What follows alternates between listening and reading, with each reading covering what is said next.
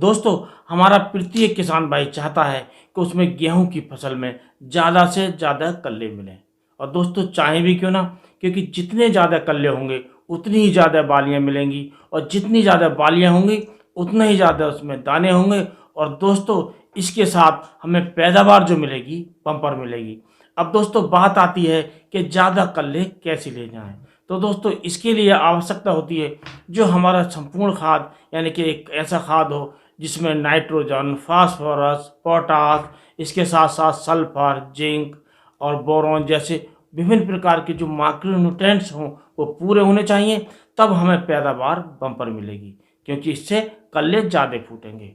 आज दोस्तों, आपको बताएंगे कि कम खर्चे में ज़्यादा कल्ले कैसे लें, और इसको हम आपको तीन तीन विधियां बताएंगे जिससे हम खर्चा कम से कम करके ज़्यादा कल्ले ले सकते हैं। तो दोस्तों, शुरू करने से पहले आपसे अनुरोध करेंगे, यदि वीडियो पसंद आए तो वीडियो को लाइक कर दोस्तों में शेयर कीजिए, और इसी के साथ साथ दोस्तों, आप चैनल को सब्सक्राइब कर लें और बेल आइकन का बटन भी दबा दें, ताकि आपको नोटिफिकेशन समय से मिल जाए और आप हमारे आने वाले वीडियो देखते रहें। तो दोस्तों, इसका जो समाधान है वो सबसे बढ़िया समाधान है ये सरसों की खली। तो दोस्तों, ये सरसों की खली जो होती है, ये होती है जब हमारी सरसों का ऑयल यानी कि तेल निकाल लिया जाता है, तो उसके बाद ये जो मटेरियल बचता है ये सरसों की खली होती है, जो हम पशुओं को खिलाने में यूज करते हैं। लेकिन दोस्तों, यदि हम इसे गन्ने के साथ साथ गेहूं में या कोई दूसरी फसल है उसमें प्रयोग करें तो इससे जो हमारी पैदावार मिलेगी वो बम्पर मिलेगी। तो दोस्तों, अब आपको बताते हैं कि गेहूं की फसल में ज़्यादा कल्ले लाने के लिए इस सरसों की खली का प्रयोग कैसे करें। तो दोस्तों, इसके लिए हम आपको तीन प्रयोग बताएंगे, जिसमें ये पहला जो प्रयोग है, आप प्रति एकड़ के हिसाब से 10 किलो खली ले सकते हैं, और इस खली को अच्छी प्रकार पीस कर या कूट कर बारीक कर लें। और ये जो 10 किलोग्राम जो खली है, इसको आप 15 से 20 किलोग्राम बालू या जो मिट्टी होती है उसको लेकर उसमें मिलाकर आप सिंचाई से पहले इसे एकसार बिखेर दें पूरे खेत में, और उसके बाद सिंचाई कर दें। तो दोस्तों, यदि आप ऐसा करते हैं तो इसमें जो माइक्रोन्यूट्रिएंट्स के साथ साथ जो मुख्य पोषक तत्व होते हैं, जैसे नाइट्रोजन, फास्फोरस और पोटास, ये तीनों भी होते हैं, और विभिन्न प्रकार के माइक्रोन्यूट्रिएंट्स होते हैं जिसकी पूर्ति से जो हमारा जो गेहूँ है वो ज़्यादा कल्ले फोड़ता है। यानी कि जब आप सिंचाई कर देंगे और उसके एक हफ्ते बाद आप खेत देखने जाएंगे, तो दोस्तों, आपसे वादा है कि आप अपने खेत को पहचान नहीं पाएंगे कि इतने कल्ले उसमें होंगे।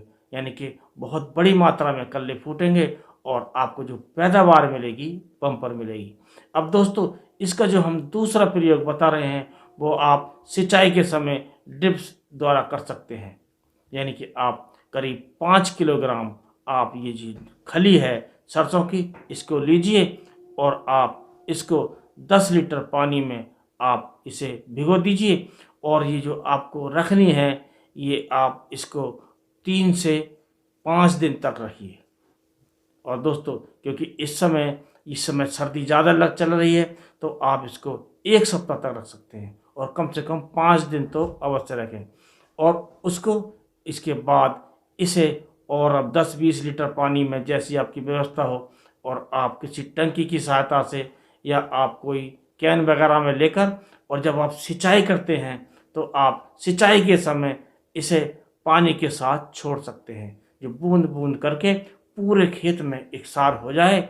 ऐसा कर सकते हैं। यदि आप ऐसा कर लेते हैं तो आपके गेहूं की जो फसल होगी वो ज़्यादा कल्ले देगी, और उसके साथ साथ आपको बम्पर पैदावार मिलेगी।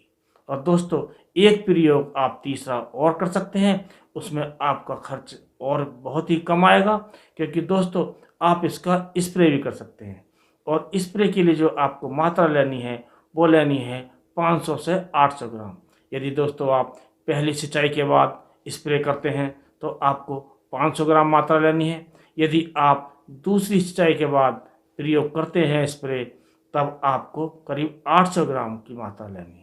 दोस्तों, यदि हम अपनी गेहूं की फसल पर सरसों की खली का प्रयोग पहली सिंचाई के बाद कर रहे हैं तो हमें प्रति एकड़ 500 ग्राम सरसों की खली लेनी चाहिए और उसको 5 लीटर पानी में भिगोकर रखना चाहिए।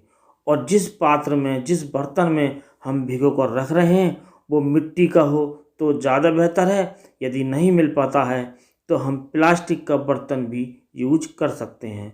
और दोस्तों, इस प्रकार जो हमें भिगो कर रखना है, ये छायादार स्थान में रखना है और इसे हम 7 दिन तक ऐसे ही रखे देना चाहिए। और जब 7 दिन हो जाएं तब हम इसे डंडे से अच्छी तरह हिलाकर इसे घोल देना चाहिए और 5 लीटर पानी इसमें और ऐड कर लें। इस प्रकार हमारे पास 10 लीटर घोल तैयार है। जो सरसों की खली का जो गाढ़ा घोल है वो हमारा 10 लीटर तैयार है। और इसे जो पीठ वाली टंकी में होती हैं हमारी 10 टंकियाँ बनेंगी। इस प्रकार हमारे पूरे खेत में 160 लीटर पानी लगेगा जो हमारे 1 एकड़ के लिए तैयार है। तो दोस्तों, एक टंकी में हमें 15 लीटर पानी डालना चाहिए और उसके बाद हमें 1 लीटर इस गाढ़े घोल को, जो सरसों की खली का घोल है, इसे उसमें डाल देना चाहिए और फिर उसे अच्छी प्रकार हिलाकर और डंडे से घुमाकर फिर हमें उसका स्प्रे कर देना चाहिए। इस प्रकार हमारे 1 एकड़ में 160 लीटर पानी करीब यूज हो सकता है। और दोस्तों, यदि हम अपनी सरसों की खली का प्रयोग अपनी गेहूं की फसल में दूसरी सिंचाई के बाद कर रहे हैं तो इसमें सरसों की खली जो हमें लेनी है वो लेनी है 800 ग्राम। और दोस्तों, पानी की जो मात्रा लगेगी इसमें वो लगेगी 240 लीटर करीब। और हमें इस प्रकार तरीका वो हमारा पहले वाला ही रहना है। हमें 5 लीटर पानी में जो 800 ग्राम सरसों की खली है उसे लेना है और भिगोकर रख देना है। उसके बाद 7 दिन के पश्चात हमें इसे अच्छी प्रकार डंडे से हिलाकर इसमें 10 लीटर पानी और ऐड कर लेना चाहिए। यदि हम ऐसा कर लेते हैं तो हमारे पास 15 लीटर गाढ़ा घोल तैयार हो जाएगा। और दोस्तों, प्रति एक टंकी में हम 1 लीटर गाढ़ा घोल डालेंगे और उसमें 15 लीटर सादा पानी डालेंगे और हमारा घोल तैयार। इस प्रकार हमारे पूरे 1 एकड़ खेत में 15 टंकी लगेंगी। कुल मिलाकर 240 लीटर पानी में हमारा ये स्प्रे हो जाएगा। और दोस्तों, फसल के अनुसार थोड़ा स्प्रे का जो घोल है वो हम कम ज़्यादा कर सकते हैं। जो पीठ वाली, कमर पर लादने वाली जो टंकी होती है उसमें इसका जो घोल है वो 1 लीटर घोल प्रति टंकी में डालिए और अपने पूरे खेत में स्प्रे कीजिए। यदि आप ऐसा करते हैं तो आपका जो ये सरसों की खली है ऐसा काम करेगी तो पूरे पोषक तत्वों को पूर्ति करेगी और जितने माइक्रोन्यूट्रिएंट्स हैं उसकी पूर्ति करेगी। और आपके खेत में जो बालियां आएंगी वो लंबी लंबी आएंगी और जो पत्तियां हैं वो चौड़ी हो जाएंगी और कुल मिलाकर जो आपको पैदावार मिलेगी बम्पर मिलेगी। क्योंकि दोस्तों, यदि आप पहली सिंचाई के बाद स्प्रे करते हैं तो इसमें कल्लों की संख्या बहुत ज़्यादा होगी। यदि आप दूसरी सिंचाई के बाद करते हैं तो उसका जो तना है गेहूं का वो मोटा होगा और पत्तियां चौड़ी होंगी और बालियां भी लंबी आएंगी। तो दोस्तों, इस प्रकार आप 3 प्रयोग कर सकते हैं।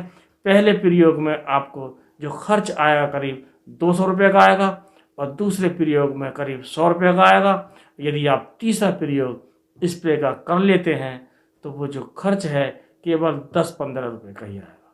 यानी कि आप कम खर्चे में अपने गेहूं की फसल से बम्पर पैदावार ले सकते हैं। दोस्तों, यदि वीडियो पसंद आया हो तो किसान दोस्तों में अवश्य शेयर कीजिए। इसी के साथ इस वीडियो करते हैं समाप्त। नमस्कार।